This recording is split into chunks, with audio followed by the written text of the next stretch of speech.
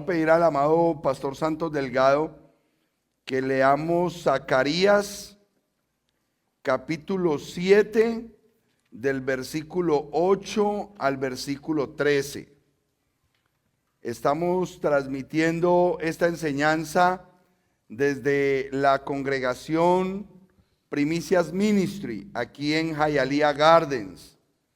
Nos vamos a estar reuniendo todos los miércoles a las 8 de la noche con el ánimo de trabajar las bases y los fundamentos de lo que hoy se está oyendo hablar tanto, se escucha tanto acerca del mover de las raíces hebreas, no del movimiento, porque los movimientos religiosos terminan en denominaciones. El mover del Ruach, del Espíritu de Dios, trayendo un conocimiento que estaba guardado para este tiempo de restauración. Entonces vamos a leer y vamos a tener en cuenta ciertos detalles que podemos apreciar en Zacarías 7 del 8 al 13. Amén. Y vino palabra de Yud-Hei Vahei a Zacarías, diciendo: Así habló Yud-Hei Vahei de los ejércitos, diciendo: Juzgad conforme a la verdad, y haced misericordia y piedad a cada cual con su hermano. No oprimáis a la viuda, al huérfano, al extranjero, ni al pobre, ni ninguno piense mal en su corazón contra su hermano. Pero no quisieron escuchar, antes volvieron la espalda y taparon sus oídos para no oír, y pusieron su corazón como diamante, para no oír la ley ni las palabras que Yud-Hei Vahei de los ejércitos enviaba por su espíritu, por medio de los profetas primeros. Vino, por tanto, gran enojo de parte de Yud-Hei Vahei de los ejércitos, y aconteció que así como él clamó y no escucharon, también ellos clamaron y no escuchó, dice Yud-Hei Vahei de los ejércitos. Si estudiamos este pasaje detenidamente, el problema está en que el pueblo de Dios no quiso escuchar la verdad, las palabras de Dios, no quiso escuchar su ley. Así es que si nosotros estamos en este momento empezando este recorrido de fundamentos de la escritura, enfocados y basados en el mover de las raíces hebreas, es importante que conectemos y tengamos claridad desde el principio qué fue lo que los hombres no quisieron escuchar. Y este pasaje nos lo muestra de diferentes maneras. No quisieron escuchar la verdad, no quisieron escuchar las palabras de Dios, no quisieron escuchar la ley. Y nos da una referencia importante con respecto a la justicia que emana esta ley. O sea, hacer justicia y tratar de manera justa a quienes, a ciertos individuos en medio del pueblo que eran protegidos y guardados por esta ley. Entonces, basado en lo que yo les acabo de decir, vamos a volver a escuchar las mismas palabras de Zacarías 7, 8 al 13, teniendo en cuenta este panorama. Los hombres de Dios, el pueblo de Dios, no quiso escuchar verdades, palabra de Dios, su ley. Y estas palabras y estas verdades lo único que buscaban era proteger y hacer justicia de la viuda, el huérfano, el extranjero, el desamparado. ¿Quiénes son ellos? Nuestro prójimo. ¿Ok? Entonces, primero quiero que nos centremos ahí. Vuélvelo a leer, amado pastor. Y vino palabra de Yud-Hei Vahei a Zacarías diciendo: Así habló Yud-Hei Vahei de los ejércitos, diciendo: juzgad conforme a la verdad, y haced misericordia y piedad cada cual con su hermano.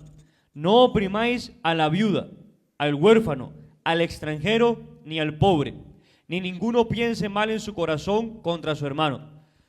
Pero no quisieron escuchar, antes volvieron la espalda y taparon sus oídos para no oír, y pusieron su corazón como diamante para no oír la ley ni las palabras que Yud-Heh-Vah-Heh de los ejércitos enviaba por su espíritu. Vemos que lo único que estaba pasando allí era revelarnos a oír las palabras de Dios.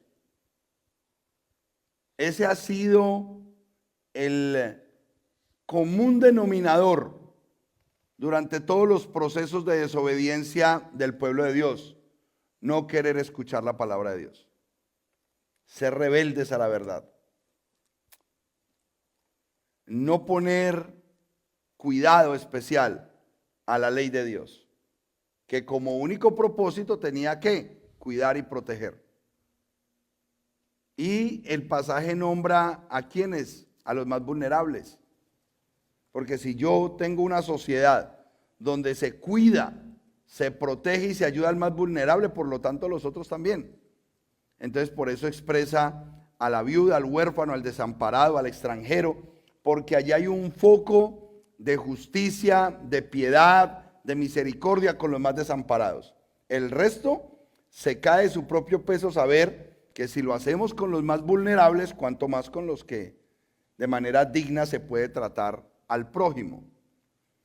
Ahora, quiero ahondar en esto porque si vamos a empezar a hablar de fundamentos, yo quisiera que este primer video, que va a ser el primero de una serie de videos de enseñanzas fundamentales del entendimiento que hoy tenemos de las raíces hebreas, parta de una condición de apertura de mente, que los hermanos que están viniendo el día de hoy, que los que nos van a ver por la internet o ustedes mismos, que pueden tomar estos videos para volver a repasar la información, porque el que repasa la información es comparado con las águilas. Una persona que recibe el mensaje, toma nota de lo que le predicaron y va a su casa y vuelve y lee lo que le predicaron, es comparado con las águilas. ¿Ok? Y entonces ahí se aplicaría el término que para los que esperan en Yud-Heh-Vah-Heh, renovarán sus fuerzas, levantarán alas como las águilas. Gente estudiosa, gente que le gusta verificar la información. Entonces aquí hay un problema del pueblo de Dios y es oír. En Romanos 10:17 se nos da una palabra interesante para todos los que hemos caminado por el evangelio neotestamentario, la buena noticia neotestamentaria. Y quiero hacer esta aclaración de la buena noticia neotestamentaria, porque cuando llegamos a escuchar correctamente las palabras de Dios, nos damos cuenta que las buenas noticias empezaron desde Egipto. Desde la esclavitud en Egipto empezaron las buenas noticias. Cuando mandó el Eterno a Moshe a decirle: dile a mi pueblo que los voy a liberar. Eso es una buena noticia, ¿ok? O sea que lo que nosotros conocemos como evangelio y se lo hemos solamente imputado a Mateo, Marcos, Lucas, Juan y de ahí en adelante, es buena noticia. Y las buenas noticias tienen una mayor antigüedad, una mayor condición histórica. Entonces en Romanos 10:17 dice la escritura: la fe, la emuná, viene por el oír, y el oír de la palabra de Elohim. Ayer nos invitaron a una charla con una persona muy conocedor del modelo de pensamiento cristiano evangélico. Inclusive el propósito de la reunión era como aclarar por qué las raíces hebreas pensaban de una forma u otra y habíamos cambiado el formato cristiano. Entonces fue una charla que no trae como un resultado de enriquecimiento, porque se convierte como en un debate. ¿Quién tiene la razón acá? Entonces, yo prefiero invertir mi tiempo en aquellos que el Padre ya les ha informado, les ha revelado que faltaba algo en el modelo de pensamiento. Entonces, una de las palabras que quiero que establezcamos acá es que la palabra fe la vamos a escuchar mucho como emuná. O sea, va a ser muy manejada bajo los términos de la fe hebrea como emuná. Porque esta fe, que es una fe cristiana, por decirlo así, solamente se basa en un concepto intelectual de creer. Creer, yo creo, pero todo eso usted sabe que lo tenemos es aquí adentro. Y cuando decimos yo creo, hasta cerramos los ojitos, es que yo creo, como la única manifestación de, ay, sí tiene fe. ¿Ok? No. La palabra emuná es una fe obediente. O sea que la verdadera emuná requiere una acción, requiere de ejecución. ¿Ok? Y basado en eso y entendiendo Romanos 10:17, que la verdadera emuná viene por el oír y el oír de las palabras de Dios. Y en el texto que leyó el pastor Santos en Zacarías 7, del 8 al 13, ¿qué es lo que Dios le ordenó al pueblo que oyera? La verdad, la ley, su palabra. Entonces ya entendemos cuál es la palabra de Dios, su ley. El formato inicial, Pentateuco, es la verdad. ¿Ok? Con ese criterio, entonces ahora sí, ayúdame tú, amado pastor, con Oseas 4:6. Pero no el Oseas recortado que todos tenemos en la mente. Porque es paradójico preguntarle a una persona, ¿sabes qué es Oseas 4:6 o qué dice Oseas 4:6? Y todos de manera automática contestamos, sí. Mi pueblo perece porque le falta conocimiento. Y ahí se acabó el versículo. Entonces es paradójico cuando tú dices que conoces Oseas 4:6 y solamente tienes el registro de la primera frase. Estás diciendo automáticamente que ignoras la verdad. Porque el versículo completo tiene 5 sentencias. ¿Cuáles son, amado pastor? Mi pueblo fue destruido porque le faltó conocimiento. Por cuanto desechaste el conocimiento, yo te echaré del sacerdocio. Y porque olvidaste la ley de tu Dios, también yo me olvidaré de tus hijos. Al nosotros combinar este principio de fundamentos que le estoy dando, con el que partimos en Zacarías 7, 8 al 13, con un verdadero entendimiento de Oseas 4:6, nos queda una resolución a partir de este minuto. ¿Vamos a ser audibles a las palabras de Dios o vamos a seguir siendo el pueblo que quiere ignorar la verdad de Dios, la palabra de Dios, la verdad, la emet? Este es solamente un pequeño preámbulo con el ánimo de que especialmente los que ven el video o los que se van a conectar a estas enseñanzas por internet depongamos nuestras armas, que la mayoría de ellas son argumentos que han sido establecidos en nuestra mente porque venimos de ciertos modelos de pensamiento religioso. Y eso no nos permite escuchar la verdad, que son las palabras de Dios y es la ley de Dios. Esa es la Torá.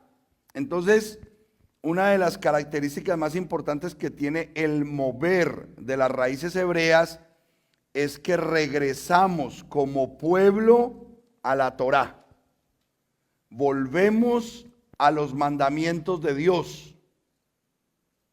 Entendemos que nuestra emuná era parcial y nos habíamos quedado solamente en oír, pero no ejecutábamos las ordenanzas, los preceptos, los mandamientos que Dios había establecido. ¿Ok? Todos sabemos que eso era debido a ciertos postulados cristianos evangélicos que hasta el día de hoy se mantienen muy vigentes, como por ejemplo, nosotros no tenemos que guardar los mandamientos porque nosotros ya estamos completos en Cristo. No nos hace falta nada. En Cristo estamos completos. No hay que caer nada ya. Eso no es lo que quiere decir ese fundamento de estar completos en Cristo. Eso no quiere decir eso. Entonces, bien importante que nosotros le hagamos un estudio profundo, nosotros siempre lo llamamos auditoría, a ciertos modelos de pensamiento que traemos, como por ejemplo la defensa que ponemos cuando leemos y le hacemos énfasis a la última parte de Mateo 5:17. No le hacemos énfasis a la primera parte. La primera parte en Mateo 5:17 dice, y Yeshua les respondió, yo no he venido a abolir la ley ni los profetas, yo he venido a cumplir. Pero entonces le hacen énfasis al cumplir. ¿Para qué? Para imputarle el cumplimiento de todos los mandamientos a Yeshua y que ya por eso nosotros no tenemos que guardarlos porque Él ya los cumplió todos. No era una competencia humana hasta que llegara el ser que los podía cumplir todos. Los mandamientos son una carta, una instrucción que el Dios eterno dejó para que su pueblo se guíe por esos mandamientos. No era una competencia. Y llegó el mero mero, Yeshua, y ese sí los cumplió. Listo, ya hasta ahí nos sirvió la Torá. Ya no hay que cumplirla más porque sí nos dimos cuenta que llegó el campeón para cumplirla, ¿no? Es un modelo legal de convivencia ordenada para un pueblo específico que tenía un Elohim especial. Porque en todas las leyes que aprendemos en Torá, nos damos cuenta que estos mandamientos estaban dirigidos hacia la deidad, dirigidos hacia el pueblo, hacia el prójimo, hacia el templo, hacia el sacerdote, hacia los sacrificios, hacia los alimentos, hacia los diezmos y las ofrendas. Diversos tipos de leyes que usted y yo conocemos hoy como una constitución de un país. Nosotros tenemos unas leyes para manejar, tenemos unas leyes tributarias que en este momentico están en auge porque estamos empezando el nuevo año fiscal, entonces todo el mundo está presentando taxes, todo el mundo está en su diligencia de presentarle al gobierno su movimiento financiero del año pasado y estar en orden en eso. Usted no lo hace y le cae la ley encima. Si usted se hace el bobo con los taxes y le cae la ley encima. ¿Ok? Son formas de convivencia ordenadas y organizadas de cualquier nación. Y por ende la nación de Israel, fundamento, nos iba a quedar atrás. Y si vamos a eso, históricamente las naciones que hoy conocemos son muy nuevas. La nación más antigua que podemos conocer tendrá 300 años. Los sistemas de naciones que conocemos hoy, porque los grandes imperios del pasado ya desaparecieron. Pero la única nación que se ha mantenido vigente por los últimos 4 o 5 mil años es la nación de Israel, a pesar de que en la mayor parte del tiempo nunca tuvo territorio, porque demuestra este modelo histórico que la nación no es un territorio, es un pueblo. Es un pueblo. Y eso nosotros lo hemos visto bien establecido también en el pueblo religioso islámico, que por muchos años estuvieron gobernando religiosamente todas las naciones árabes, todo el mundo regado en diferentes países, pero eran la nación islámica y tenían un solo líder, el califa, que es lo que están otra vez pretendiendo establecer, el califato. Y eso sería una de las naciones más poderosas del mundo, porque en este momento toda Europa es musulmana. Europa ahora es musulmana. Es entender esos modelos, que realmente lo que tiene preeminencia en un pueblo es su gente, no el territorio. Es como los que tenemos doble nacionalidad. Yo soy colombiano, pero soy colombiano residente en los Estados Unidos y me tengo que guiar por las leyes de los Estados Unidos. Sin embargo, tengo algunos compromisos en Colombia que me requieren que me acomode a la legislación colombiana para poder tributar en Colombia. Entonces, es entender ese modelo. Ahora, ¿por qué me parece importante a mí que demos a conocer la Torá? Nosotros llevamos 8, entrando a 9 años, demostrándole a el pueblo de Dios la importancia de la Torá. Y como hemos aprendido que toda la palabra de Dios es vigente, desde Génesis hasta Apocalipsis, tenemos un versículo muy poderoso en Josué capítulo 1, versículo 8.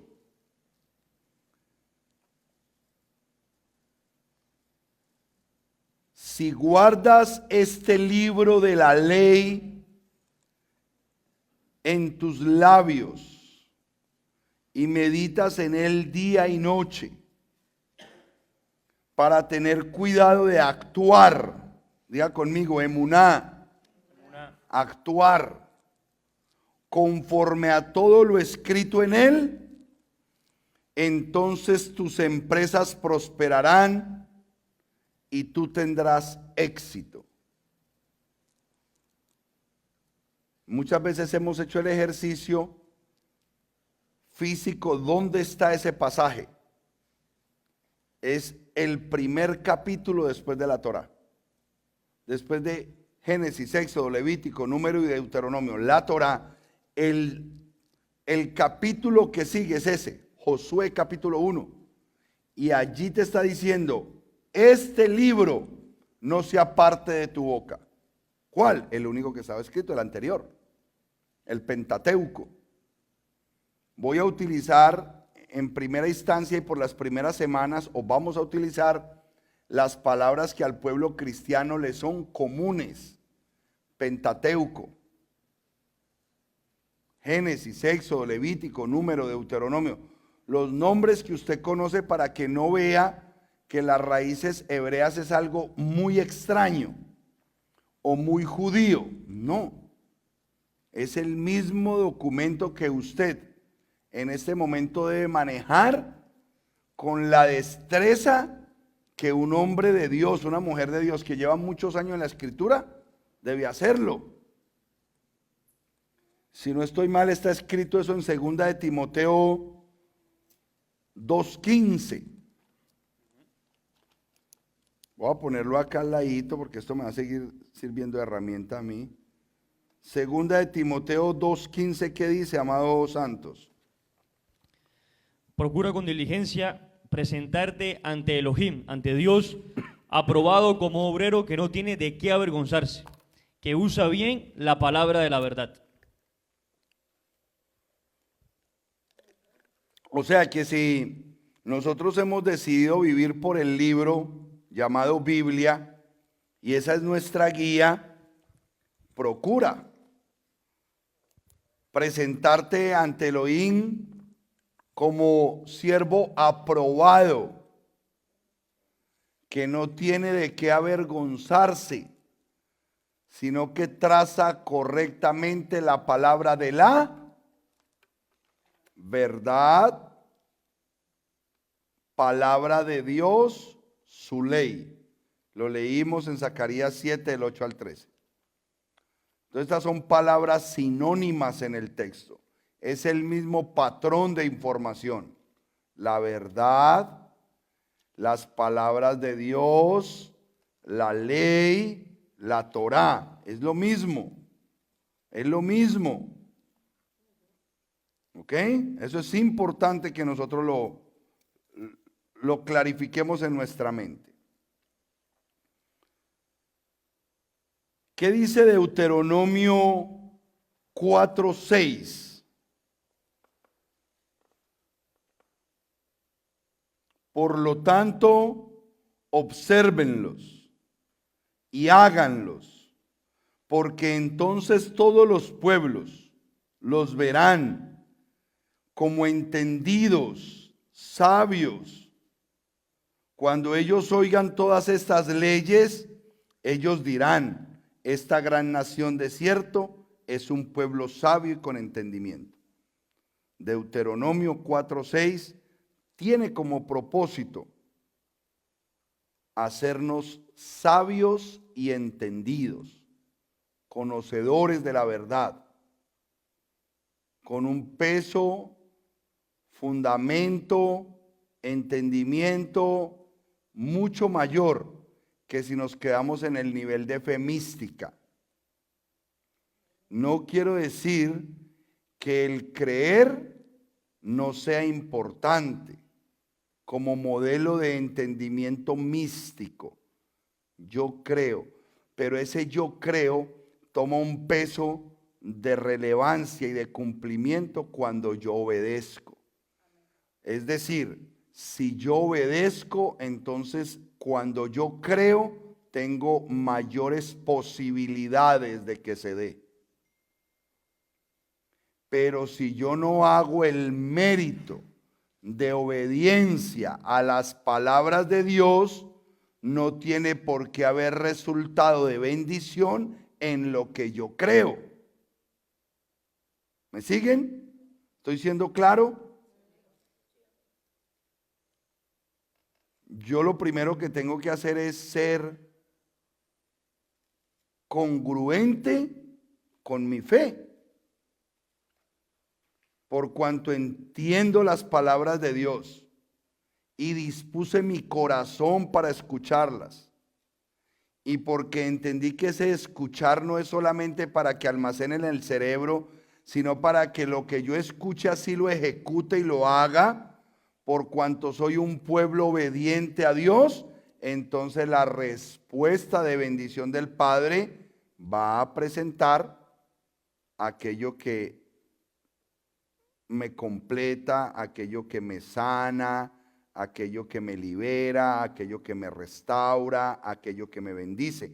Hay una respuesta de parte del Eterno cuando nosotros entendemos esto.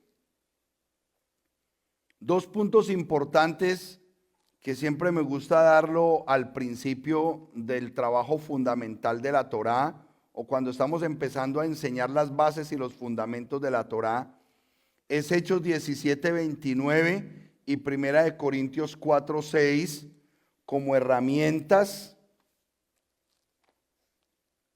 de límite o medida, midot, las medidas. Es decir, la misma escritura en Hechos 17:29 y en 1 Corintios 4:6 me guía de qué forma es que yo debo escudriñar el documento. En Hechos 17:29, oído porque no le habla a todo el mundo. ¿Le habla a quién? Siendo pues linaje de Dios, Solamente le habla al linaje de Dios. Siendo pues linaje de Dios. El que no es de linaje divino, el que no está alineado al Eterno en obediencia, estas palabras le van a hacer otra idea, le van a hacer otro concepto, le va a dar otro resultado. Pero si eres linaje de Dios, no debemos pensar que la divinidad sea semejante a oro, o plata, o piedra, escultura de arte y de imaginación de hombres. diga conmigo, el linaje de Dios no imagina. Nosotros no nos imaginamos nada. Nosotros buscamos el texto, lo que está escrito. Nosotros no podemos imaginarnos.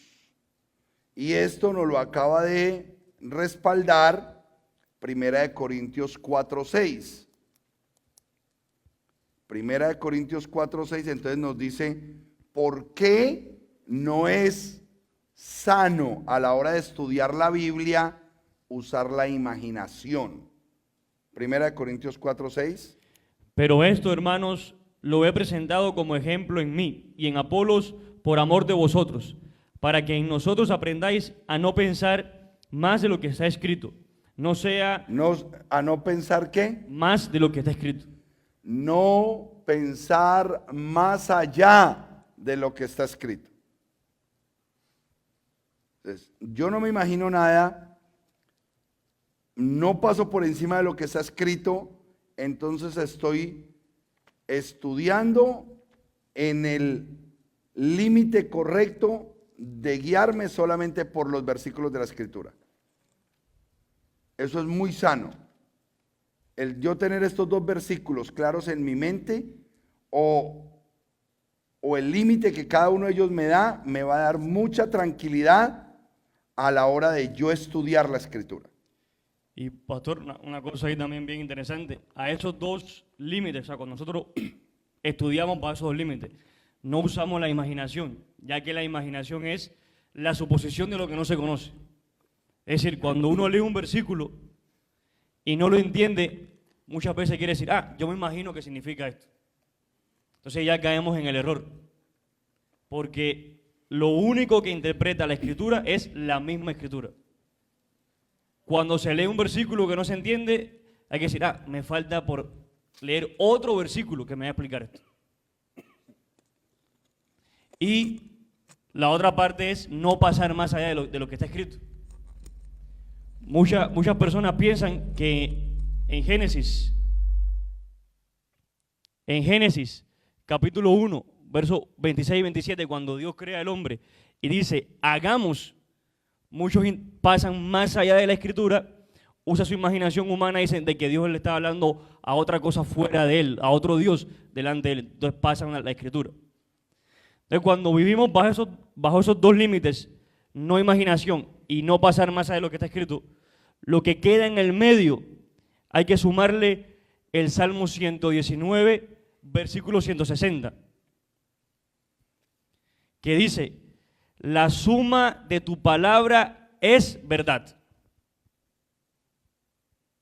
O sea, cuando no uso mi imaginación para interpretar un versículo y de pronto la interpretación basada en otro versículo que puedo usar no pasa más allá de lo que está escrito, a esa interpretación, a ese entendimiento que le di, le tengo que dar la suma de la palabra, es decir, buscar la mayor cantidad de versículos posibles para apoyar ese pensamiento.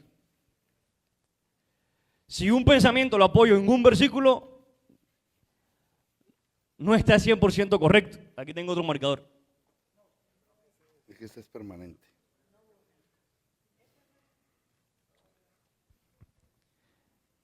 Entonces, eso sería lo importante de tener en cuenta a la hora de estudiar y de buscar la verdad, buscar la emet. No imaginación, no pasar más allá de lo que está escrito y sustentar toda idea, todo pensamiento, toda interpretación con la mayor cantidad de versículos posible. Bueno, de pronto el concepto aquí de que esto no se haya borrado es un mensaje de parte del Padre, que no se les borre de la mente la emuná correcta, no se borre, que la verdadera fe es una fe obediente, es una fe obediente. Después de entender estos modelos iniciales, lo que quiero es que estructuremos la escritura.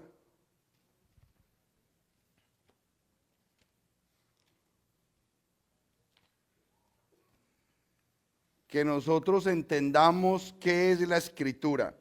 Y viene un principio bien importante en todos los procesos que nosotros ejecutamos a la hora de empezar a impartir el modelo de pensamiento correcto en la escritura. Y es el hecho de que sea Yeshua mismo el que pone el límite, el que establece la verdad.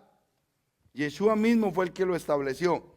Entonces, por favor, leamos Lucas 24:44 y basado en las palabras de Yeshua, entonces vamos a... Y les dijo, estas son las palabras que os hablé, estando aún con vosotros, que era necesario que se cumpliese todo lo que está escrito de mí en la ley de Moisés, en los profetas y en los salmos. Lucas 24:44.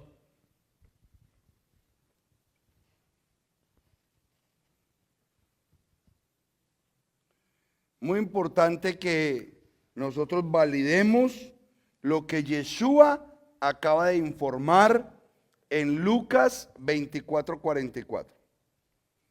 Yeshua mismo dio el tamaño de la escritura. Aquí es importante que empecemos a aplicar el contexto histórico. Es importante que entendamos que históricamente, en el momento de la pronunciación de las palabras que hoy las conocemos como registradas en el Brit Hadashah, en el pacto renovado, en el que se conoce como el Nuevo Testamento, cuando esas palabras se dijeron, lo único que estaba escrito era la ley, los profetas y los salmos. Muy importante eso. De este modelo de pensamiento, me da susto porque como que todo esto es permanente. Me da susto porque yo los vi de la misma estructura y marca de... Démoslos ahí. Entonces, ¿por qué quiero hacer esto? Porque entonces vamos a utilizar las palabras que verdaderamente nos van a centrar en el conocimiento y en el entendimiento correcto. La ley es lo que se conoce como Torá. Los profetas son los Ne y Bim. Y los salmos son los Ketuvim. Salmos o escritos. ketubim escritos. De allí surge la famosa palabra Tanakh. La Tanakh, si usted ve, es un acróstico. La Tanakh es un acróstico de Torah, Neivim y Ketuvim. Esto es la escritura. Dicho por Yeshua, el Mesías de Israel. Ahora, si leemos el versículo 45 de ahí mismo, nos damos cuenta que esa es la escritura que todos sus discípulos lograron entender. Verso 45. Entonces les abrió el entendimiento para que comprendiese las escrituras. Para que comprendiesen las escrituras. Lo que siempre ellos manejaron. Es más, consideramos que el fenómeno de entendimiento de todos los discípulos de Yeshua, incluyendo Pablo, Rab Shaul, fue tan claro que por eso escribieron de manera tan acertada el pacto renovado. Porque entendían tanto las escrituras y con el espíritu del Eterno que les dejó, que ellos escribieron el documento llamado Brit Hadashah, pacto renovado, con una capacidad enorme de entendimiento y de perfección, y consideramos que también es un nivel de revelación del Ruach. Claro que sí. ¿Ok? O sea, nosotros no estamos diciendo que el nuevo pacto, el pacto renovado, no es inspiración divina. Claro que sí, pero en otro nivel. Fueron hombres que después de que el Mesías Yeshua les abrió el entendimiento para que comprendieran las escrituras, entonces dejaron el legado, el testimonio escrito de que en Yeshua se cumplían todas estas palabras. Amén.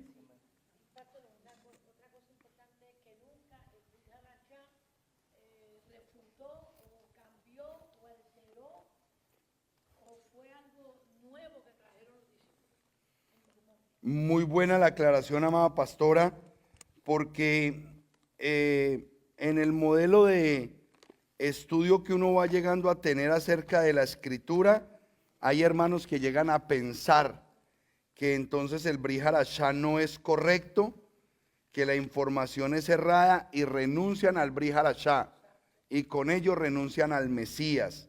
Entonces es muy importante la aclaración que usted acaba de hacer para que nos mantengamos en la condición correcta.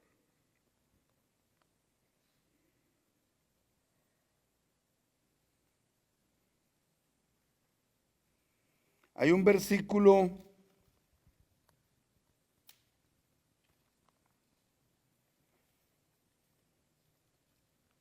ahorita lo ubico cuando lo vaya a necesitar con mayor claridad. ¿Cómo te fue? Ah, no, man. Este es un hombre. Pero ya para la próxima semana con este. Ok, entonces, basados en ese criterio de orden de la escritura, nosotros vamos a estructurar correctamente el plano del libro como tal, el libro como tal, lo que conocemos como la Biblia, estructurémoslo correctamente. Por eso en 2 de Timoteo 2:15 es tan importante que nosotros conozcamos el libro.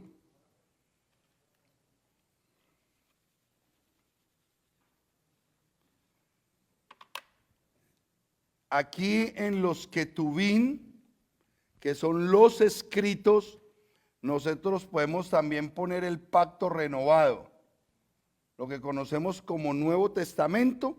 En el caso de nosotros que somos creyentes del Mesías Yeshua, nos preguntarían, bueno, entonces ¿dónde va el pacto renovado? En los Ketuvim, a excepción de uno, que debe ir pegado de los profetas.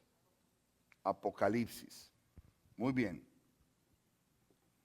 Apocalipsis formaría parte de los profetas, y si usted analiza Revelaciones o Apocalipsis y lo compara con Ezequiel, van de la mano.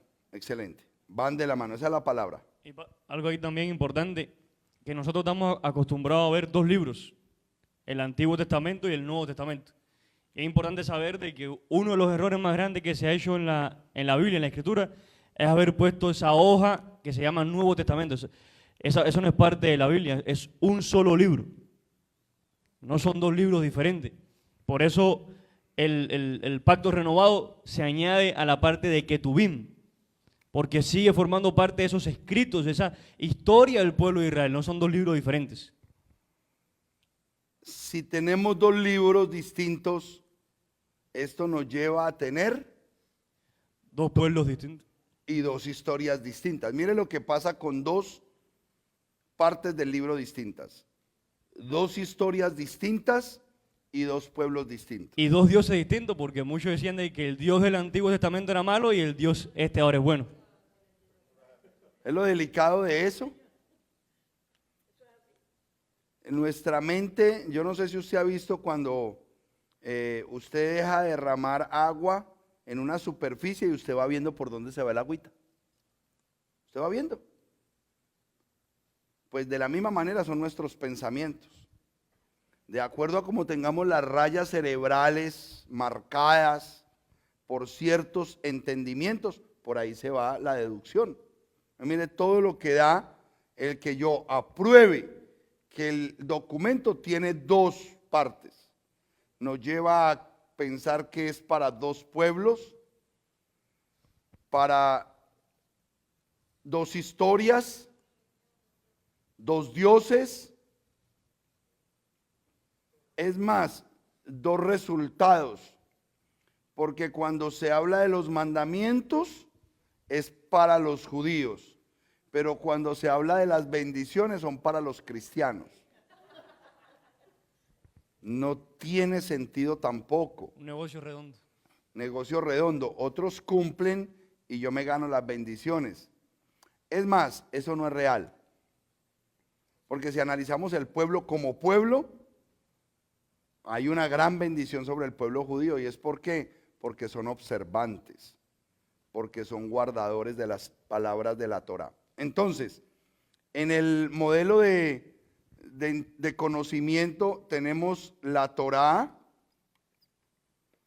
que hoy sabemos que es la ley, y la Torá tiene como libros, que todos ustedes lo conocen, Génesis, Éxodo, Levítico, Número y Deuteronomio.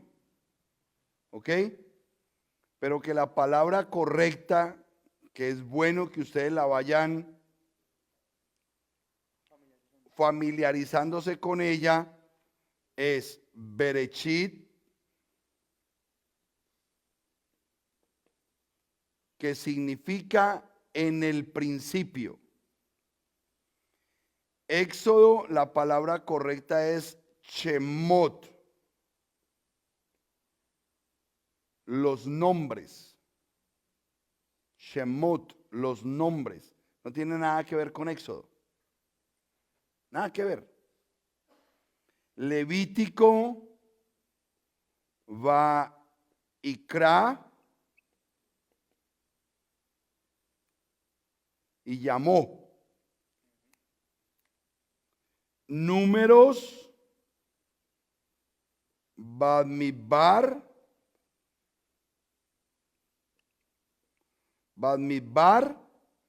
que significa en el desierto. Miren la gran diferencia que hay en el desierto a números. Y yo les voy a explicar por qué funciona así, para que podamos mirar la diferencia entre el modelo de pensamiento nuestro occidental y el modelo de pensamiento oriental. No es que esté mal, sino que son dos modelos de pensamiento distintos. Pero si usted logra entender este ejercicio que vamos a hacer ahorita, usted quizás tome en su mente las herramientas que le van a permitir comprender otras cosas. Y la palabra final, devarim.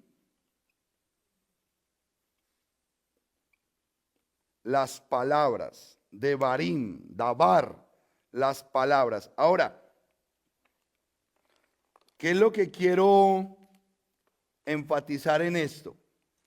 Mientras que en el modelo de pensamiento occidental, que es la zona o el territorio donde se ha fomentado este modelo de enseñanza evangélica, América, la parte de Europa, pero estamos hablando de esta Europa sefardí o esta Europa occidental, no hacia allá, hacia Asia. Ese concepto de la cultura occidental establece los títulos de los libros bajo las características de la idea más importante del libro. Ok, entonces Génesis es todo lo que fue el principio, pues el Génesis. El elemento más importante o más relevante en el segundo libro, claro, fue la salida del pueblo de Egipto, de su esclavitud. Entonces, claro, el nombre correcto y que me acomoda más es Éxodo, y está bien, porque es nuestro modelo de pensamiento. El libro de Levítico tiene que ver con todos los conceptos sacerdotales y de cómo debía ser el comportamiento sacerdotal en el templo, las ofrendas, todo. Levítico, está bien, está hablando del sacerdocio. En Números hay muchas genealogías, muchos movimientos de lugares. Entonces sí, hay como mucha estadística. Números, está bien. Y Deuteronomio, que de una forma u otra tiene que ver es con el formato de ser el quinto libro, el libro número 5, Deuteronomio. No hay ningún problema que nosotros lo llamemos así. Basados en la idea central. ¿Quién denominó eso así? Algún modelo legislativo religioso. Porque si fuera por traducción específica, entonces tendríamos que Berechit es en el principio. O sea, si dijeran, bueno, vamos a ponerle los nombres de acuerdo a su traducción, que sería lo más normal. ¿Ok? Entonces, este sería en el principio. Shemot sería los nombres. Vaikra sería y llamó. Bamidbar en el desierto. Y no en el desierto, desierto te digo, no, en el desierto. Y Devarim serían las palabras. Ahora bien, en el modelo de entendimiento en lo que nosotros recibimos o captamos de un mensaje, para nosotros esto sería como raro. En el principio todavía aguanto el entendimiento de que así fue el principio de su pueblo, de los cielos, la tierra y la simiente incorruptible inicial, ¿cierto? Lo entiendo. Pero los nombres ¿de quién? Y llamó, ¿y a quién llamó? O sea, un libro que se llame y llamó.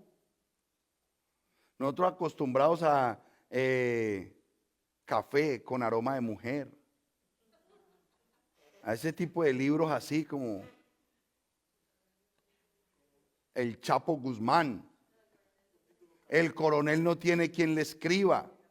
Y usted va a ver, y todo lo que tenía que ver el libro era que era un coronel y no, nadie le escribía. Y él estaba esperando que le escribiera a alguien. Entonces, nuestra mente occidental necesita del título para darse una idea del libro. Y resulta que en el pensamiento occidental no es así. En el desierto pudiera acomodarse, sí, cuando todo el pueblo estuvo en el desierto por 40, pudiera acomodarse. Las palabras, ¿cuáles palabras? ¿Cuáles palabras? Y lo interesante es que estas son las palabras. Entonces, ese es en el principio de todas las cosas. Aquí son los nombres de los 70 que entraron a Egipto. Y aquí, y llamó a la línea sacerdotal. Llamó a Aarón, llamó a Moshe, llamó a Aarón y llamó a sus hijos. Les dijo,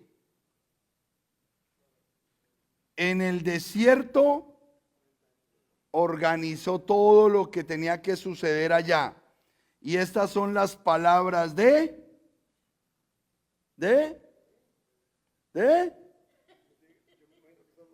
yo me imagino, pero te dijimos que no te imaginaras. ¿La palabra de qué? No, y estas son las palabras de Moshe.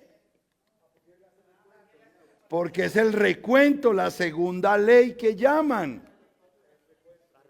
La repetición de los 4 anteriores de la ley. Y especialmente de la ley, no de los 4 anteriores, la ley. En general. ¿Ves?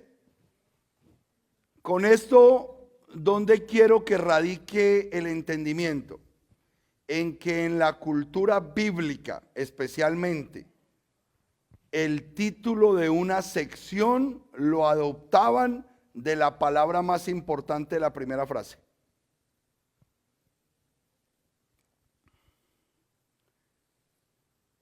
Hace 50 años nació una hermosa criatura en la ciudad de Medellín que se llamaría Diego Higuita. Entonces, ¿el libro cómo se llamaría? Aquí sería vida, suceso y testimonio. Hace 40 años. Hace 40 años. ¿Ah? ¿Por qué? Punto. Bueno, a lo que me refiero es la forma. Un escritor de este tiempo que escribe un libro está orándole al Padre para que le dé el título del nombre. Ellos no necesitaban orar, sino que simplemente miraban el primer versículo, la frase más importante del primer versículo, y de ahí sacaban. ¿Ya? Cero complicación. ¿Ok? Entonces, ¿por qué quiero hacer esto? Modelo de pensamiento. El concepto hebreo es muy básico, muy claro, muy entendible. Por decirlo de alguna manera, es un modelo simple. No es un modelo complicado que denota procesos de razonamientos profundos para llegar a ciertas decisiones, ¿no? Muy básico. Porque nosotros ya estamos montados en lo complicado. Entonces, después de complicarte tú la vida o el entendimiento o tu forma de pensar, y después que te digan que todo es tan básico, ¿cómo haces para renunciar a todos esos modelos de pensamiento? Entonces, aquí es cuando nosotros le decimos al pueblo del Eterno que está volviendo a la Torá que tiene que estar preparado en desaprender para volver a aprender, así como hizo el amado Miguel Arias cuando cogió ese alcohol removedor y empezó a remover la información de Muná que estaba en este cerebro grabada. Este es que se puede borrar de agua y el otro es permanente. Entonces nosotros venimos de un evangelio permanente y le estoy diciendo, hey, Tienen que borrar esa información con alcoholcito y removedor y más bien empecemos a estudiar con un material borrable, porque tenemos que seguir reaprendiendo cosas, nos tenemos que seguir acomodando a los entendimientos. Un ejemplo, pastor, y usted aprendió eso apenas y con 9 años. Le voy a preguntar a usted que es tan osado, amado ministro Miguel Arias. Cuando el Shema dice, oye, oh Israel, Yahweh nuestro Elohim, Yahweh uno es, y amarás a Yahweh tu Elohim con todo tu corazón, con toda tu alma, con toda tu mente, con todas tus fuerzas. Estas palabras que yo te encargo hoy, las inculcarás a tus hijos, hablarás de ella cuando estés en casa, cuando vayas por... ¿Cuáles palabras?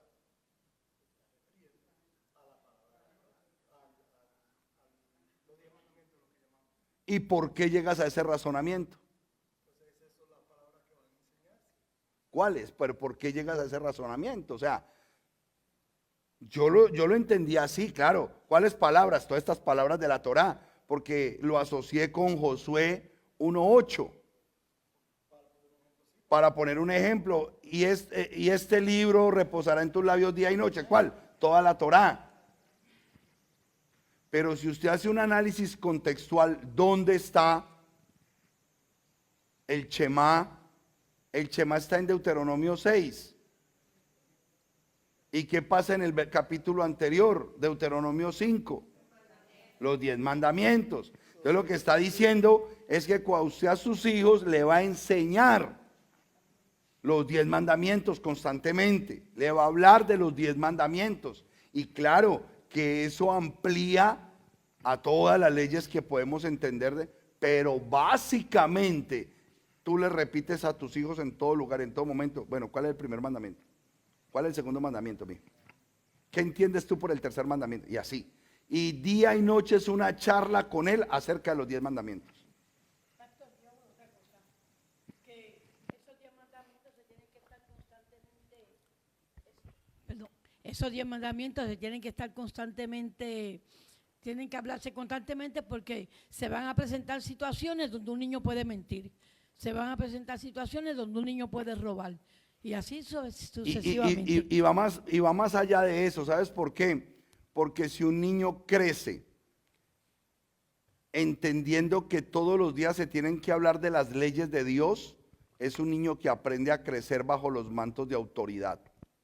Y siempre va a reconocer que hay una autoridad que lo dirige, que lo guía y que no es alguien suelto que puede hacer lo que quiere, sino que su mentecita siempre está en pro de unas órdenes establecidas por su Dios. Que vea a su papá que las guarda, que vea a su mamá que las guarda, que vea a su hermano mayor que las guarda, que la vea a sus mentores que lo guarda. Él dice, esa es nuestra ley. Entonces él va preparado ¿para qué? Para vivir una vida congruente a su fe, a lo que cree. ¿Ves? Todos los días nosotros estamos aprendiendo. Todos los días estamos descubriendo cosas y tenemos que reorganizar información en la pizarra de nuestra mente, porque no nos la sabemos todas. Y los modelos de revelación cada vez se van haciendo mucho más claros, se va abriendo más el panorama, se va viviendo mejor la escritura. Entonces es bien importante que tengamos esos parámetros en cuenta. Ok.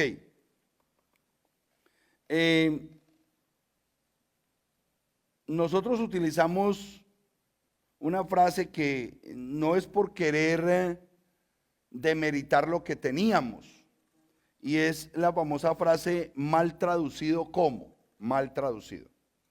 ¿Ok? No. Vuelvo a explicar en este momento es que no hubo maldad a la hora de traducir. Voy a traducir Éxodo para que se pierdan de los nombres, ¿no? O sea, no voy a establecer de que las malas interpretaciones que hoy tenemos o las interpretaciones erradas fueron por una condición de maldad de alguien. No, simplemente es al traer la información de una cultura a esta, se perdió su esencia. se perdió su esencia. Yo he tenido en el proceso que renunciar a muchas frases colombianas, muchas. Algunas todavía me quedan, pero pueden llegar a ser dañinas. Entonces, ahora que se relaciona uno con hermanos argentinos, mexicanos, guatemaltecos, hondureños, tiene que tener uno cuidado porque una palabra X en un país es una palabra muy fuerte en otro. Y después de que uno la dice y ve la carita de la gente, uno dice, ¿y qué dije? No, pastor, no diga esa palabra. Hay un video que alguien en el Perú editó donde me pone a mí a pelear retóricamente como con otro modelo de predicador de por allá. Es un video muy bueno, a mí me gusta. Y a la mayoría de gente le gusta ese video. Yo no sé quién lo hizo, pero yo lo felicito porque lo hizo excelentemente. Y como buen colombiano, yo simplemente digo, ¿y qué es esa vaina? Para nosotros eso, vaina es un estuche. Usted conoce, por ejemplo, un fruto que se llama alberja, que viene dentro de una vainita. Eso es una vaina para nosotros. Eso, entonces, exacto. Entonces, primero el concepto vaina como tal es la cascarita que envuelven los frijoles, las arvejas, eso es una vaina. La funda del machete se le llama vaina, eso. Y ya se generalizó culturalmente en que vaina es una cosa, cualquier cosa. Ve, tráeme esa vaina que haya, normal. Eso es para un colombiano y quizás para un venezolano también. Pero en República Dominicana me dijeron, pastor, ese video tan bueno, pero es que usted empieza con esa palabrota tan dura. En República Dominicana la palabra vaina, eso es una vaina grave. ¿Me entienden? Entonces por eso el video quedó vetado. Uy, ese pastor habla así. Por ahí en comentarios que uno lee de otra enseñanza, entonces un mexicano dice, pero primero hay que orar por ese pastor por las palabras que dice.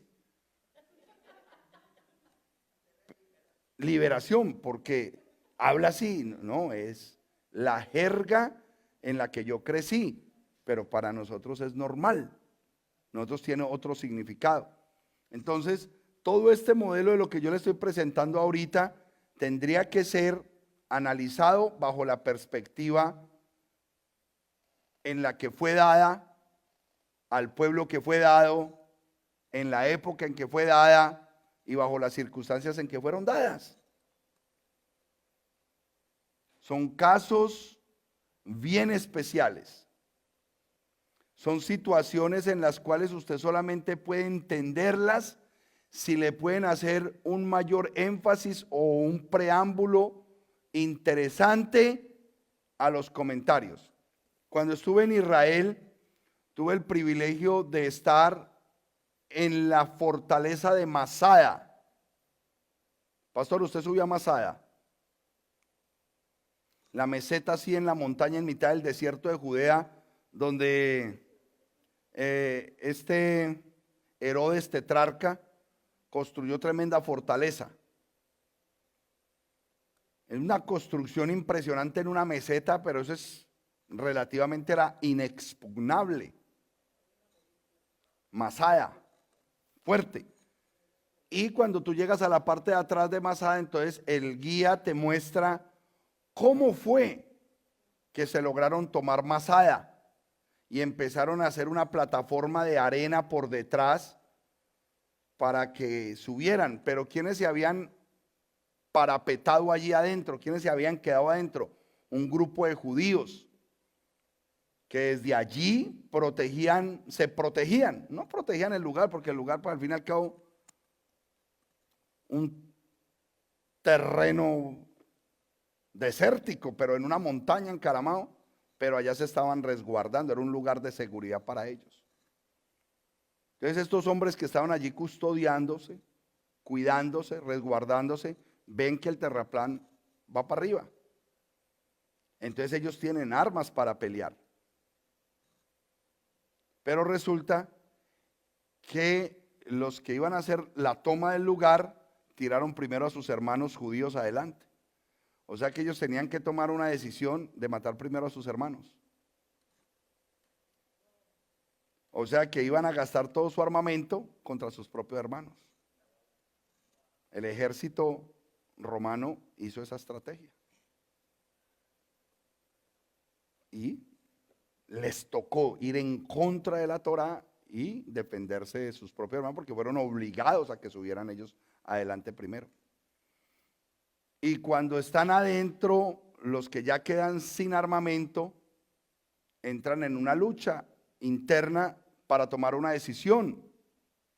¿Nos entregamos en manos enemigas o nos hacemos matar? ¿O nos morimos de una vez? Suicidio. Pero como ellos saben que en Torá y de acuerdo a lo que el Padre estableció, no estamos autorizados para quitarnos la vida, escogieron a uno que los matara a todos. Uno de ellos tenía que matar a todos sus hermanos allá adentro, para que no fuera homicidio, pero tampoco para entregarse en manos enemigas. Y el último, que era el que los había matado a todos, ese se tenía que enfrentar a ellos hasta que lo mataran,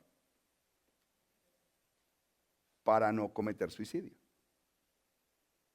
Y mira, todo lo que conlleva una situación para poder entender por qué se hizo como se hizo.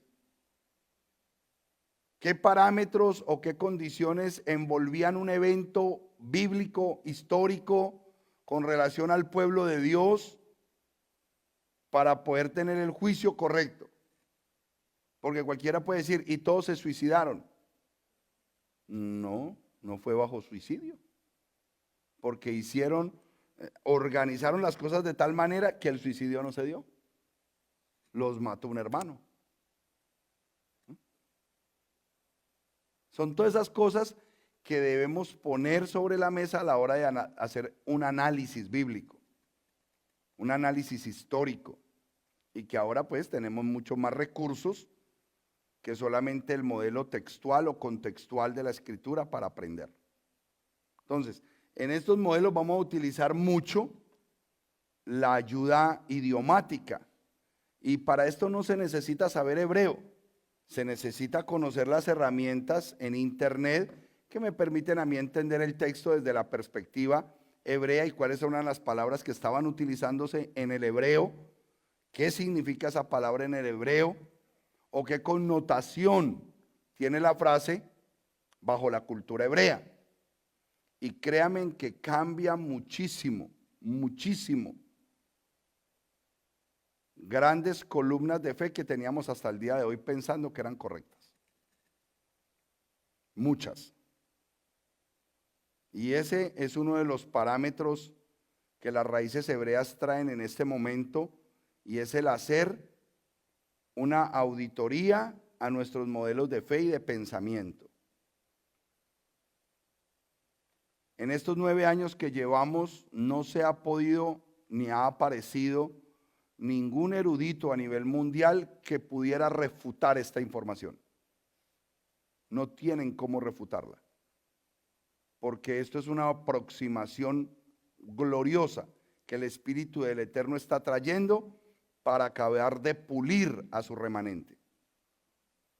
Ese proceso donde él dijo, yo en otro momento en el cristianismo ni siquiera yo pensaba, bueno, ¿y cómo me va a pulir a mí como novia para que yo quede sin mancha y sin arruga? Y hoy que estoy bajo la regla de la Torá, o sea, la Torá para mí, y creo que para la mayoría de los que están aquí, la Torá es una medida, es una regla que me mide. Cuando yo estaba en el cristianismo y no me podía medir, créanme, amados, que estaba bien arrugado y bien manchado. A mí me tenían que lavar con jabón el Diablito, que quitaba la mancha y dejaba el huequito de lo mal que estaba. Y era líder.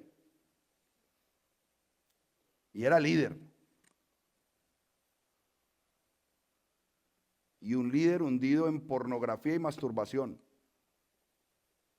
Porque un pastor de la época me dijo, es mejor que te masturbes a que cometas adulterio. Él tampoco tenía regla de medida y yo le creía a mi pastor.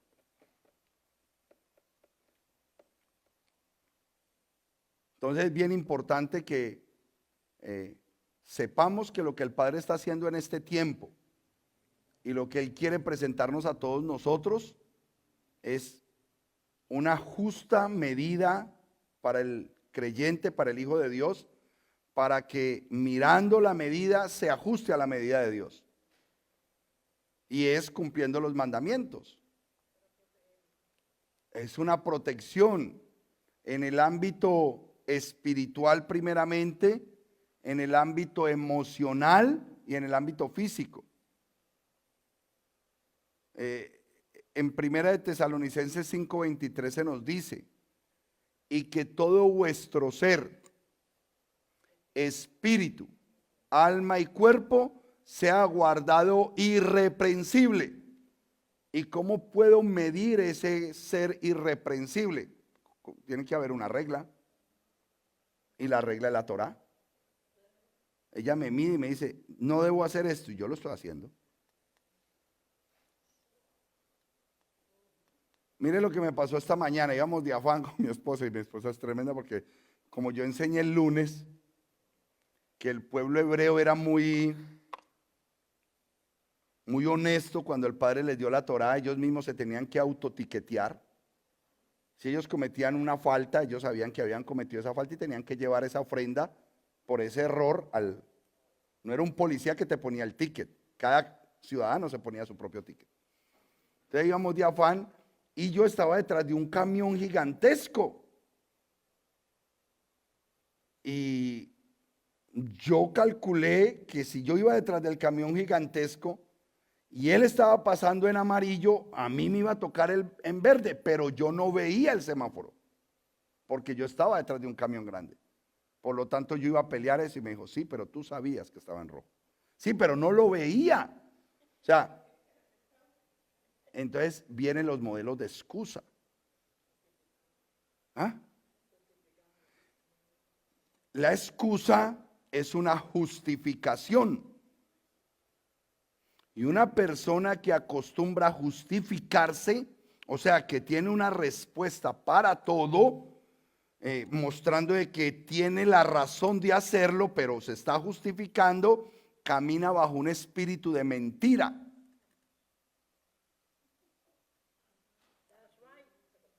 Entonces uno aprende a identificar los conceptos espirituales. El espíritu que está comandando ahí es un espíritu de mentira, porque la persona se justifica con mucha facilidad. Entonces uno reconoce eso, Padre, sí, tiene razón, perdóname. Porque utilicé el ambiente y me acomodé para decir, no, yo no lo vi, pero yo sabía. Pero no, es que eso no me dejó ver, no importa. Tú sabías que ya estaba en rojo. Y así somos en muchas cosas. En muchas cosas. Entonces, ¿qué es lo que hace la Torá? Ponernos a meditar en esa manera que nosotros tenemos de pensar, de autojustificarnos, pero en el fondo reconocer que hemos obrado mal. Entonces, madurez no es que no te equivoques. Madurez es descubrir que has fallado. Y decir, Padre, yo tengo que arreglar este problema. Sí, porque si yo me justifico, entonces estoy siendo mentiroso conmigo mismo. Esto es un problema, está ahí activo, lo tengo que solucionar. ¿Ok? Mire todo lo que conlleva el nosotros poder entender correctamente la Torá y el propósito de la Torá. Es más, si leemos desde el versículo 5 en Deuteronomio 4, desde el versículo 5, amado Santos Delgado, pastor de jóvenes.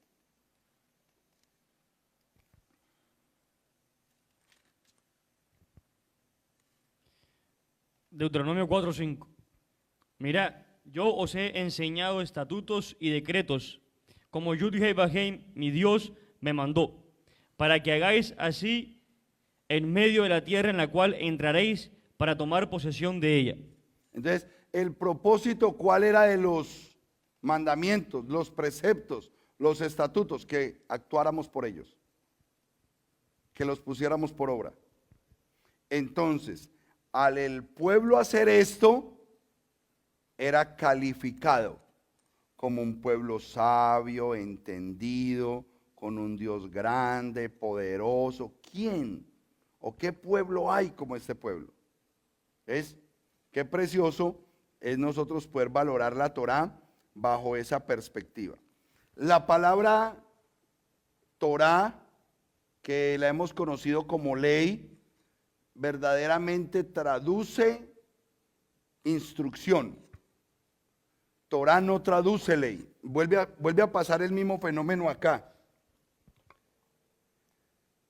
Que Génesis fue lo que se le dio de traducción en Berechit, pero que tiene que ver es con el principio. La palabra Génesis para nosotros es un principio, pero en el caso de Shemot, darle traducción de Éxodo a Shemot es un error como tal, porque Shemot son los nombres, no es una salida. Lo mismo pasó al decirle a la Torá que era la ley, porque la palabra correcta es mucho más amigable y determina la verdadera relación que el Padre Eterno quería tener con sus hijos, y es la palabra instrucción.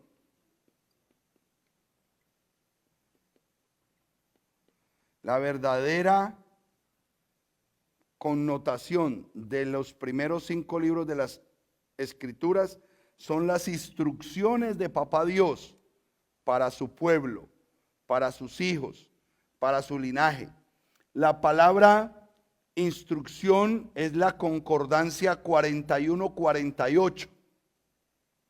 Significa corrección, censura, castigo, y viene de la raíz 3256, la palabra yazar,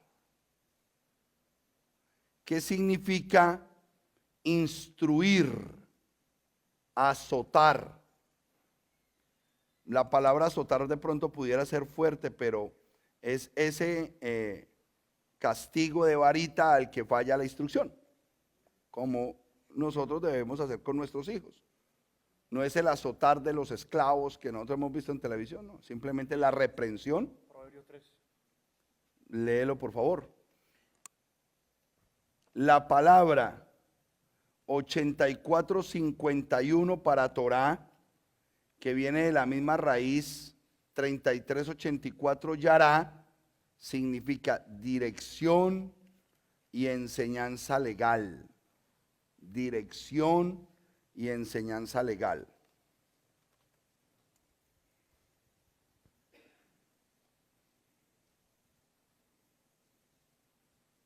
Léelo, amado. Acerca de del azote, de la conexión con la palabra azote en instrucción. Dice en Proverbios 3, capítulo 3, versículo 11. No menosprecies, hijo mío, el castigo de Yud-Hei Vajei, ni te fatigues de su corrección, porque Yud-Hei Vajei al que ama castiga, como el padre al hijo a quien quiere. Amén.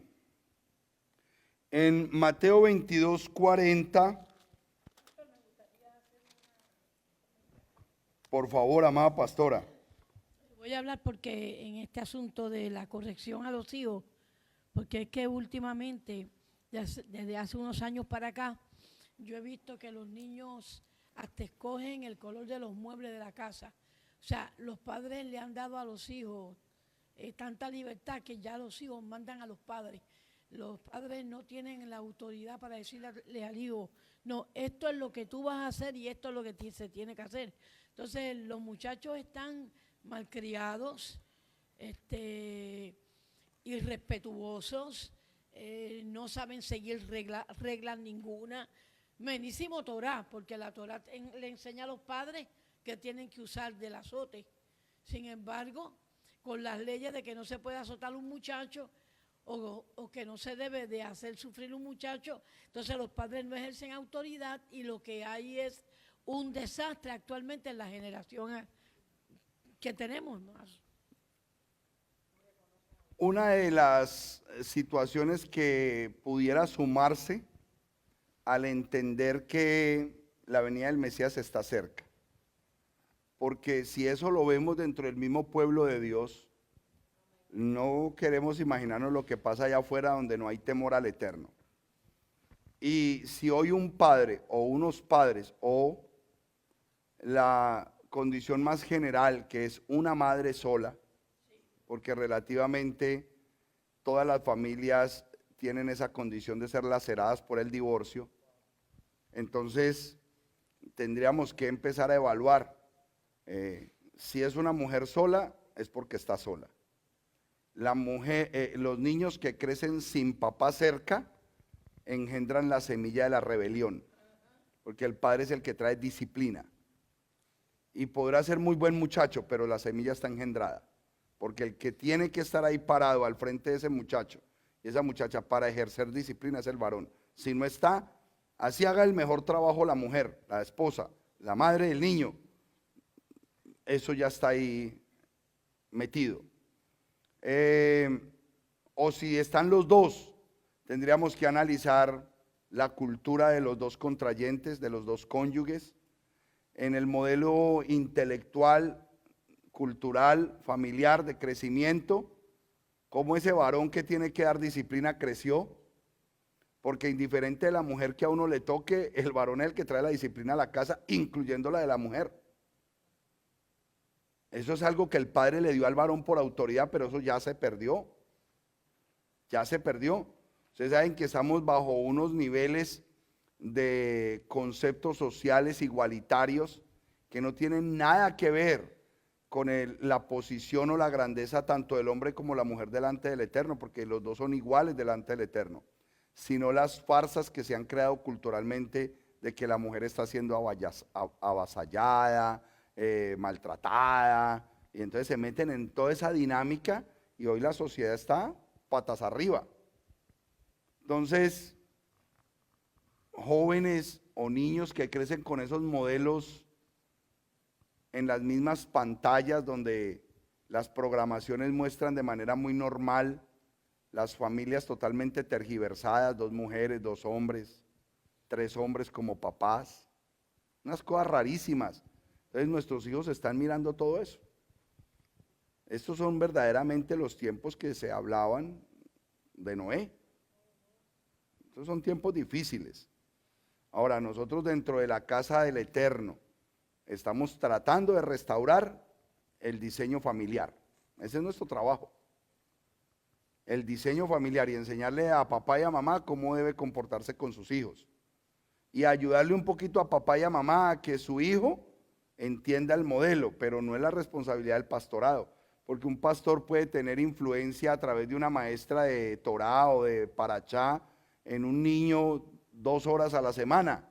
No, el que tiene que tener la influencia completa es papá y mamá sobre ese niño. O sea, la iglesia no te educa, en la iglesia te presentan parámetros espirituales de guianza espiritual, pero el padre y la madre son los que ejecutan eso en casa.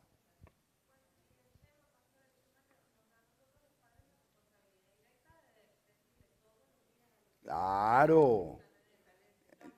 Tiene que haber una diligencia en los padres para que eso se logre. Y no cansarse. No se cansen de instruir a sus hijos, que tarde que temprano se da cuenta que eso sí sirve.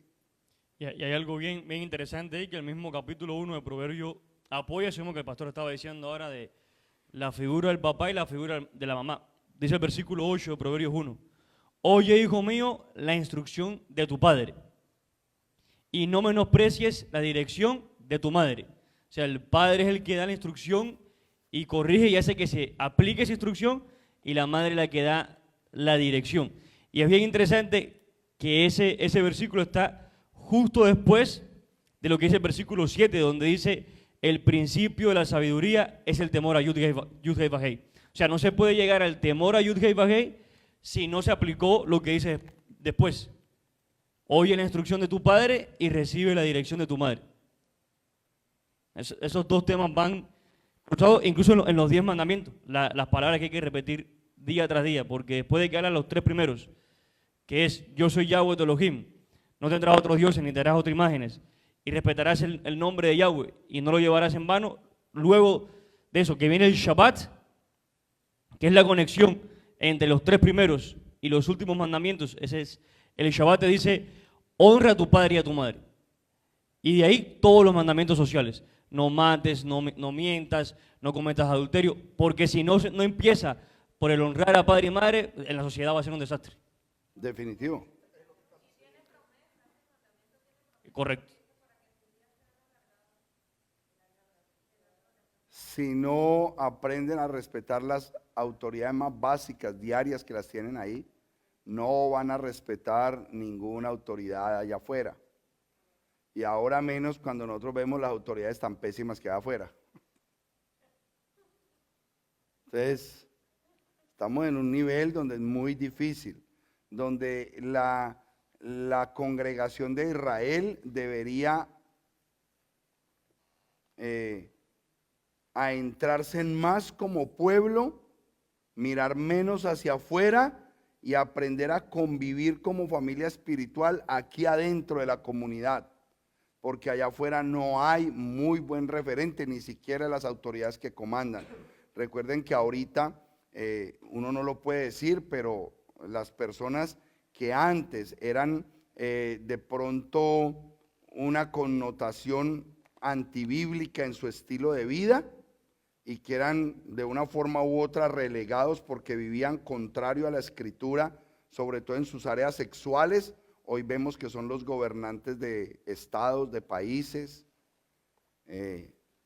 Para mí fue fuerte ver la posesión de la alcaldesa de Bogotá. Eso fue duro, cómo celebró con su pareja. Fuerte. Entonces, y esos son los gobernantes de ahora. Y uno no puede decir eso porque entonces está discriminando. Entonces, por ahí había un dicho que decía que hace entre los 30 y los 40 el homosexualismo era una aberración. Después de los 60, de los 70, era un problema vergonzoso. Entre los 80 y los 90 empezó a legislarse para aceptarse. Después del 2000 ha sido aceptado y legalizado. Y en esta hora rogamos para que el Mesías vuelva antes de que sea obligatorio.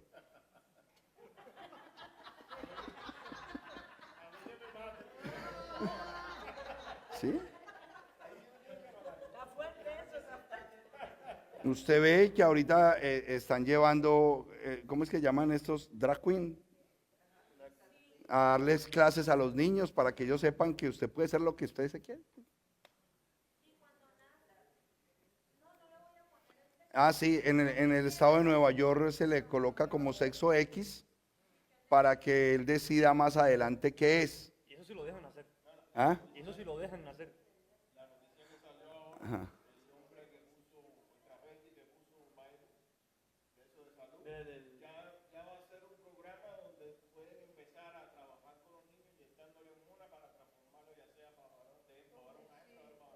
Sí, todo eso. Claro, claro, es que todo, por lo que te digo yo, entonces sí está siendo obligatorio. Puede ser gracioso, pero sí está siendo obligatorio. Entonces por eso, la venida del Mashiach tiene que ser rápido porque esto se está volviendo obligatorio, hermana. Eso va a ser difícil, ¿no? Claro, tenemos que obedecer la ley. Y usted se volvió así, sí, por ley. Muy duro esto. Entonces, el expresarse ahora uno en los cánones normales, uno es unofóbico o alguna fobia tenemos. No, es la verdad. O sea, si estamos en los Estados Unidos donde se respeta la ley religiosa y la expresión religiosa, Nosotros nos guiamos por este documento y este documento nos enseña qué es lo bueno y qué es lo malo. No lo podemos cambiar. Esto nos muestra el lineamiento correcto. Y si nosotros queremos salvar a los Estados Unidos de Norteamérica, queremos salvar las naciones de las que provenimos, tenemos que ser promovedores de la vida. Todo modelo que sea antivida no es correcto. No es correcto. Nosotros tenemos que entender que nuestro Dios es un Dios pro vida. Vida. Los otros modelos van en contra de la vida. ¿Ok? Bien importante eso. Ok, entonces quiero leerles un pasaje para que quedemos en esta conexión importante para la próxima semana, en la cual el hermano Pastor Santos Delgado continuará. Nosotros vamos a estar viniendo un miércoles Santos, un miércoles Diego, un miércoles Santos intercalado, porque tenemos unas responsabilidades de carácter de administración de matrimonios, entonces no los podemos desamparar todavía, pero nos parece muy importante apoyar el ministerio aquí en Miami Gardens, ¿ok?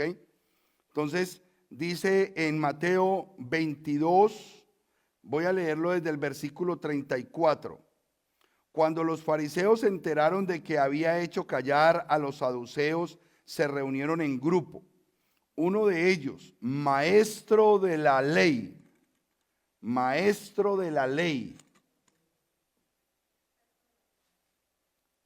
nosotros debemos ubicarnos en el primer siglo, donde el pueblo, de donde nació el Mesías de Israel, pueblo judío, porque nuestro Mesías es judío, se movía bajo estos modelos sociales.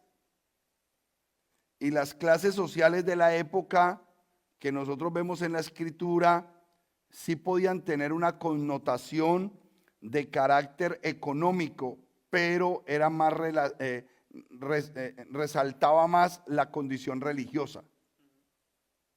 Era la fortaleza de una persona, el conocimiento, y era un conocimiento espiritual. Entonces dice acá, uno de ellos, maestro de la Torá, es decir, en término básico, un rabino, porque los rabinos son maestros de Torá. El pueblo judío no le dice rabino a cualquiera, sino al que ha sido establecido como maestro de Torá, o sea, observante de todos los mandamientos del Eterno. Los conoce, los guarda y asimismo los enseña. Entonces, eso es rabino, que aquí lo tradujeron como maestro de la ley o maestro de Torá. Le preguntó para probarlo, Rabí, o sea que le estaba diciendo maestro de Torá. Lo mismo, era una discusión entre rabinos que conocían la Torá, que conocían la ley, y nosotros no podemos ser ajenos a este modelo, porque es lo que expresa Gálatas o Romanos 7 es, perdón. Eso, mire lo que dice Romanos 7, ese era el que yo estaba buscando. Y cuando hablo de Romanos, estamos hablando ya de aquellos conversos. Y mira cómo empieza el capítulo 7 de Romanos. ¿Qué diremos entonces? Que la ley es pecado. No, está arriba en el 1. Hermanos, ustedes que conocen la ley, ¿no saben que la ley tiene dominio sobre el hombre mientras éste vive? Pero entre paréntesis dice, hablo a los que conocen la ley. Hablo a los que conocen la ley. O sea, yo no puedo hablar de la ley de la Torá con gente que no conoce la ley de la Torá. Y cuando estamos legislando por Torá, usted no puede traer ejemplos de gente que no se guía por Torá. Uno de los casos más básicos, matrimonios. Hermanos que vienen de los modelos culturales y religiosos que sabemos.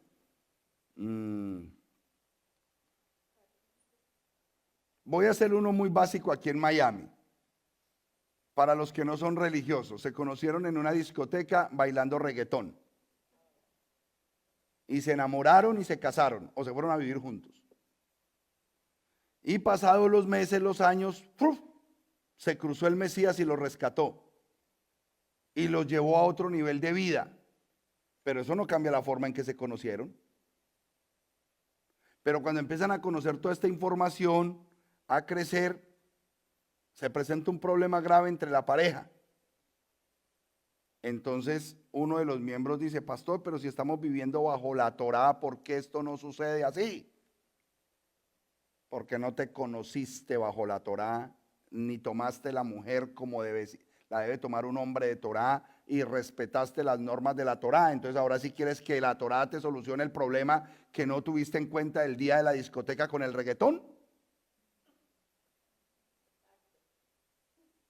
Eso hay que aprenderlo a evaluar. No todos fuimos establecidos correctamente en las relaciones o en cualquier otra cosa. Pongo ese ejemplo porque es de los que más he manejado. Pastor, pero se supone que somos de Torá, ¿por qué todavía esto? Porque desde el principio debieron haber analizado cómo se conocieron. Hay principios muy importantes que no se pueden tirar a la basura. Y eso hay que tenerlo clarito. De la misma manera en que las cosas empezaron mal, no garantizan que terminen bien. Normalmente lo que empieza mal, termina mal. Que si hacen un esfuerzo y borran con alcohol y con todo lo que fue su pasado y deciden hacerlo humildemente a la manera de Dios, el resultado es restauración total y completa, porque eso sí lo tiene la Escritura. Pero mientras no querramos borrar esos modelos, hombres que se casan pero quieren seguir viviendo como solteros, ¿no? Entonces, ¿para qué se casó? Pastor, pero es que mira, a mí me gusta jugar el fútbol, a mí me gusta estar con mis amigos, es que yo quiero. Espérate, te casaste. A no ser que tú seas Beckham, que mantiene a su mujer con el fútbol. Usted es un profesional del fútbol, usted lo conocieron jugando fútbol porque usted sabe. No, pero este es un hobby que usted tiene. Y usted quiere seguir que le respeten su vida de soltero ahorita que tiene 3 muchachitos. No, mío, usted le tocó ahí porque usted se metió en ese rollo.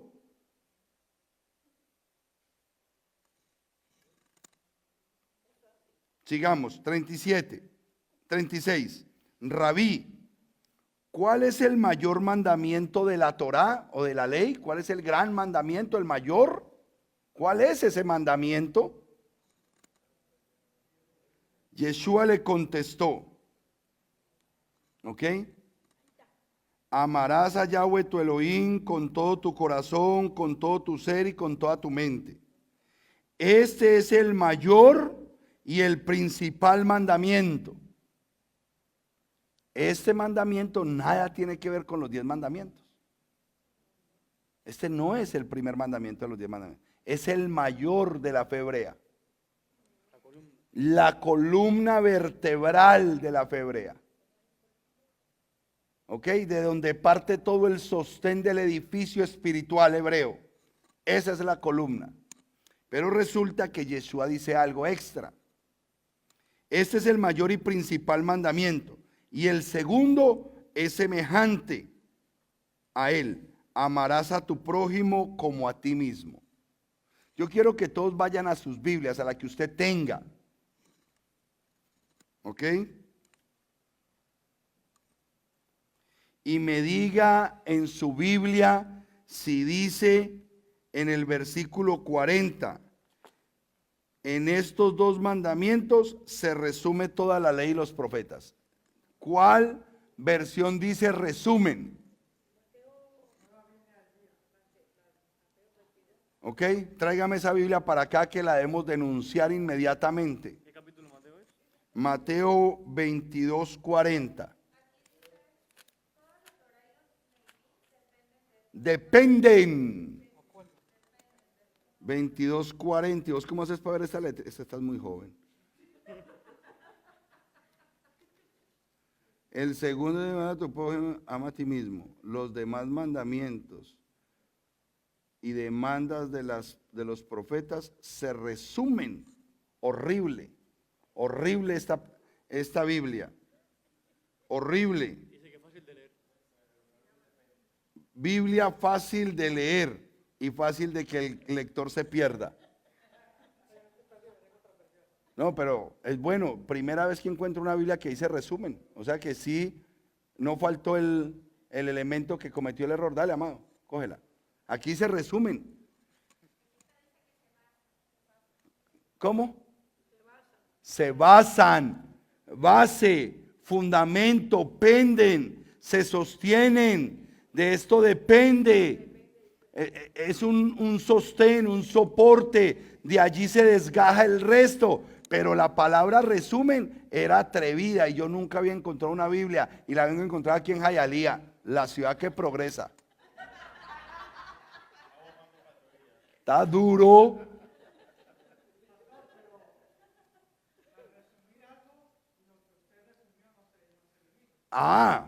Si tú tienes ese buen entendimiento de darle la condición al que el resumen no anula la prosa inicial, maravilloso. Pero esa es una excelente excusa para decir, yo no tengo que guardar porque esto se resumió en esto y yo me quedo en el resumen. El problema es ese. Brega a buscar cuándo se editó esa versión y en dónde. No para demandarlos, pero para que al menos sepamos que eso es muy moderno. Porque todas las Biblias dicen, se basa o pende o depende. ¿Ok? Todas las Biblias dicen, se basa, penden o dependen. Yo sabía, eso es nuevecito, mijo, eso es un error nuevo. Me gustaría que leyeras ahí Colosenses 2:16, de pronto tiene otro pésimo. En esta versión BIN dice, en estos dos mandamientos se basa la Torá y los profetas. Son la base y el fundamento. ¿De qué? Del resto de los mandamientos del Eterno. De todos los misbot. Colosenses, dale, 2:16. Que nadie pues los critique a ustedes por cuestiones de comidas o bebidas, ni porque no se deben sus festividades. Venga para acá. Búsqueme en una Biblia donde dice no, solamente esa. Venga para acá.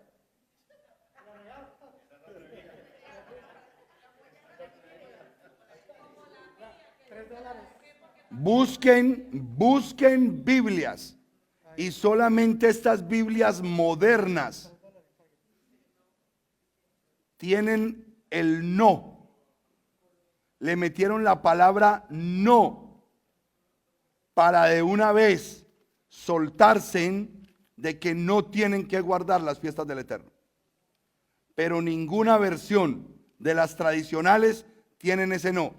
Simplemente dice que nadie los juzgue por comida o bebida, o por días de fiesta, o por reposos, o por luna nueva. Simplemente. Pero esta dice que nadie los juzgue porque no guardan. Es delicado esos textos. ¿Ok? Muy delicados esos textos. Amado, no, es una buena Biblia para que la tenga ahí para pésimo ejemplo. O sea, es una buena Biblia para pésimos ejemplos. Con esta convierto a los católicos y con la otra convierto a raíz hebrea. Usted ya mira ahí como don convertidor. Amados, quedamos ahí. Le entrego aquí el modelo siguiente, que en la próxima semana viene el amado Santos.